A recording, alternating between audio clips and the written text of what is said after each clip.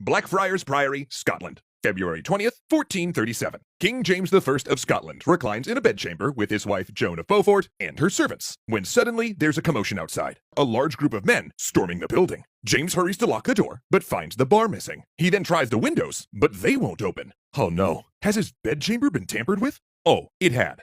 And at that moment, his trusted chamberlain is leading a group of assassins to the room. Desperate, James pries up a floorboard and attempts to scramble into a sewer he knows runs below. Meanwhile, at the door, servants try to delay the assassins. One even places her arm in the rung of the locking bar, but the attackers slam against the door until her arm snaps, forcing it open. They spot the broken floorboards easily. Meanwhile, down in the sewer, the king despairs as he's now trapped. He'd forgotten he'd ordered the drain blocked, because he kept losing tennis balls down it. And there, the King of Scotland dies, and the chain of revenge is set.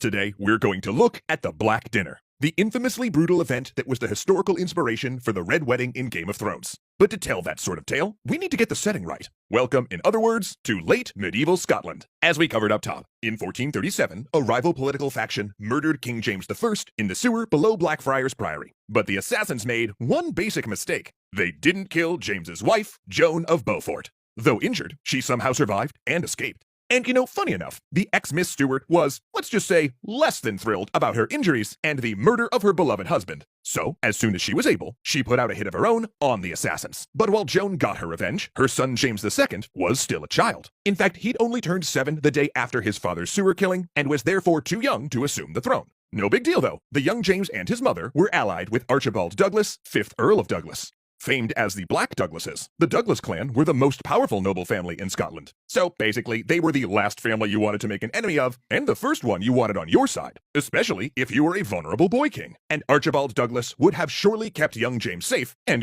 compliant with his own interests, were it not for one small problem. In 1439, 2 years after James II became nominal king, Archibald died from a fever. His heir was William Douglas, who was himself only 15 years old and hardly a fit guardian for the young James. So in swooped the enemies of James II and his mother Joan, specifically one William Crichton, the powerful Lord Chancellor of Scotland. Crichton essentially kidnapped James, saying he would be the young king's new guardian until he came of age. In reality, though, Crichton kept James as a comfortable prisoner in Edinburgh Castle, a brooding stronghold that perched atop the rocky crag overlooking Scotland's capital. In 1440, the young William Douglas received an unexpected summons. James II, with permission from his so-called guardian Crichton, had invited him for dinner. As was customary, the Douglases were promised safe passage. So both the 16-year-old William Douglas and his younger brother, the 12-year-old David Douglas, accepted the offer, setting off through the wind and rain of a Scottish winter. Edinburgh Castle, November 24th, 1440.